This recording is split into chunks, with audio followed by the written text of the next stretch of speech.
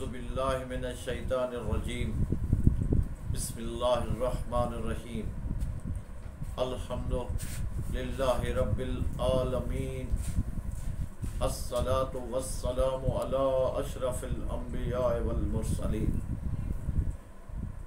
السلام علیکم سامعین کرام، آج ہم نماز شب کے بارے میں گفتگو کر رہے ہیں۔ نماز شب یعنی نماز تہجد جس کو کہتے ہیں، یہ وہ نماز ہے جس میں انسان رات کی تاریکی میں، خاموشی میں اپنے رب سے راز و نیاز کی باتیں کرتا ہے۔ نماز شب کے بارے میں جناب رسالت امام نے ارشاد فرمایا ہے کہ اللہ نے جبرائیل کے ذریعے اتنی تاکید کی ہے نماز شب کی کہ مجھے احساس ہونے لگا کہ اتنی تاکید ہے، کہیں ایسا نہ ہو کہ فرض نہ ہو جائے۔ اتنی جناب رسالت امام نے صرف ایک حدیث نہیں ہے، بہت سی احادیث میں نبی محترم نے نماز شب کی فضیلت بیان کی ہے۔ یہ نماز شب جس کو نماز تہجد بھی کہتے ہیں 11 رکعت ہوتی ہے، اور یہ دو دو کر کے پڑھی جاتی ہے،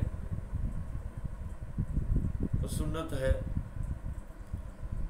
اور اس میں 8 رکعت جب پڑھ لی جاتی ہیں دو دو کر کے، جس طرح 2 رکعت نماز فرض صبح کی، اس کی نیت نماز 2 رکعت نماز شب قربتاً اللہ، یعنی یہ نیت ہے۔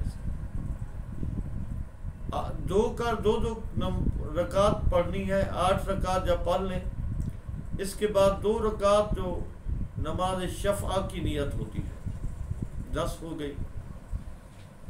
نماز شفع کی جب نیت کرتے ہیں وہ بھی نماز شفع شب 10 ہو جاتی ہیں۔ اس میں دعائے قنوت نماز شفع جب پڑھی جاتی ہے، دوسری رکعت میں نماز شفع میں قنوت نہیں پڑھی جاتی۔ سلام کے بعد فوراً ایک اپنا نماز وتر کا معنی بھی ایک ہوتا ہے، وہ 1 رکعت ہوتی ہے، اس کی نیت کی جاتی ہے، پڑھی جاتی ہے۔ اس میں دعائے قنوت ہوتی ہے، 40 مومن کے لیے مغفرت کی دعا کی جاتی ہے۔ اس لیے اس نماز کو پڑھنے کے لیے تمام ائمہ کرام، تمام انبیاء، تمام اولیاء، تمام صالحین اور متقی، سب سے بڑی بات ہے سید الانبیاء کی تاکید۔ جناب رسالت امام صلی اللہ علیہ وسلم اور ائمہ ہدیٰ سے منقول ہے کہ مومن کا شرف اس میں ہے کہ رات کو بیدار رہ کر عبادت کرے، اور عزت اس میں ہے کہ اپنا راز لوگوں سے مخفی رکھے۔ منقول ہے کہ ایک شخص جناب امام جعفر صادق علیہ السلام کی خدمت میں حاضر ہوا اور تنگ دستی اور افلاس کی شکایت کی، یعنی کہا میں غریب ہوں، مجھے کوئی وظیفہ بتائیے، یہاں تک کہ گلہ کیا کہ فریب تھا اپنا اس وقت بھوکا ہونا بھی ظاہر کر دے۔ آپ نے دریافت فرمایا کیا تو نماز شب بجا لاتا ہے؟ اس نے عرض کیا یا حضرت بجا لاتا ہوں۔ آپ نے اصحاب کی طرف متوجہ ہو کر فرمایا جھوٹا ہے وہ جو یہ کہے کہ نماز شب پڑھتا ہوں اور دن کو بھوکا رہے۔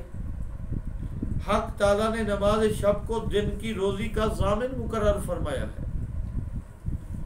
اسی طرح منقول ہے کہ نماز شب صحت جسم اور خوشنودی خدا کا موجب ہے۔ پیغمبروں کے اخلاق حاصل ہوتے ہیں اور رحمت خدا شامل ہو جاتی ہے۔ ایک اور روایت میں ہے کہ جب کوئی بندہ مومن نماز شب کے لیے بیدار ہوتا ہے تو دل خواب راحت کو پسند کرتا ہے، نیند جھونکے دیتی ہے اور اونگ کے بحث سر جھکا پڑتا ہے۔ اس وقت اللہ تعالیٰ ارشاد فرماتا ہے کہ آسمان کے دروازے کھول دو اور فرشتوں کو حکم دیتا ہے، دیکھو یہ میرا بندہ میری خوشنودی کے لیے کیسی تکلیف گوارا کر رہا ہے، حالانکہ یہ نماز میں نے اس پر واجب نہیں کی ہے، مجھ سے اس وقت 3 چیزوں کا امیدوار ہے۔ ایک یہ کہ اس کے گناہوں کو بخش دوں، نمبر 2 یہ کہ اس کی توبہ قبول کروں، تیسرا یہ کہ اس کی روزی زیادہ کر دوں۔ اے ملائکہ، خدا مخاطب ہوتا ہے فرشتوں سے، میں تم کو گواہ کرتا ہوں کہ میں اس کو یہ 3 چیزیں عطا کرتا ہوں۔ حدیث میں ہے کہ نماز شب چہرے کی رونق، جسم کی خوشبو بڑھاتی ہے، روزی زیادہ کرتی ہے، ادائے قرض کی موجب ہے، یعنی اگر کسی پر قرض ہے، مقروض ہے، تو اس کا قرض جلدی ادا ہو جاتا ہے، غموں کو دور کرتی ہے۔ یہ نماز شب کی فضیلت ہے کہ دکھ، تکلیفیں، غم دور ہو جاتے ہیں، آنکھوں کا نور بڑھاتی ہے۔ ایک حدیث میں ہے کہ جس گھر میں نماز شب اور قرآن مجید کی تلاوت ہوتی ہے وہ مکان اہل آسمان کو ایسا چمکتا ہوا نظر آتا ہے جیسے زمین والوں کو آسمان کے تارے۔ جس طرح حضرت نے اس آیات مبارک کی تفسیر کہ ان الحسنات یذہبن السیئات، بے شک نیکیاں گناہوں کو مٹا دیتی ہیں، فرمایا کہ مومن جب نماز شب ادا کرتا ہے تو اس کے دن کے گناہ مٹ جاتے ہیں۔ جناب رسول خدا صلی اللہ علیہ وسلم سے منقول ہے کہ جس کسی کو خدا و تعالی نماز شب پڑھنے کی توفیق عطا فرمائے، رات کو بیدار ہو اور خلوص کے ساتھ کامل وضو کرے، نیت صادق سے خدا کے واسطے نماز ادا کرے اور پروردگار کے سامنے خضوع و خشوع سے پیش ہو، اللہ تعالیٰ اس کے پیچھے 9 صفیں فرشتوں کی مقرر فرماتا ہے۔ ہر صف کی تعداد شمار اللہ تعالیٰ کے علاوہ کوئی نہیں جانتا۔ ہر صف کا ایک سرا جنوب میں اور دوسرا شمال میں ہوتا ہے۔ جب بندہ نماز سے فارغ ہوتا ہے تو ان فرشتوں کی تعداد کے مطابق حسنات یعنی نیکیاں اس کے اعمال میں لکھی جاتی ہیں۔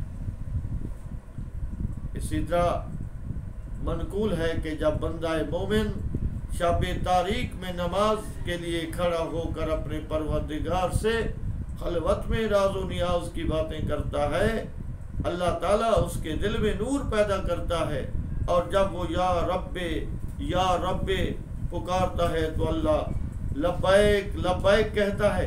ارشاد فرماتا ہے میرے بندے جو چاہتا ہے مجھ سے طلب کر تاکہ میں عطا کروں، مجھ پر توکل کر تاکہ تیری مشکلات کو میں دور کروں۔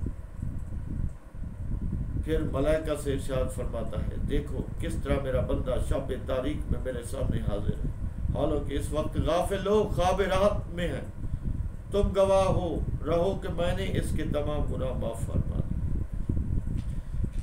یہ ضروری ہے۔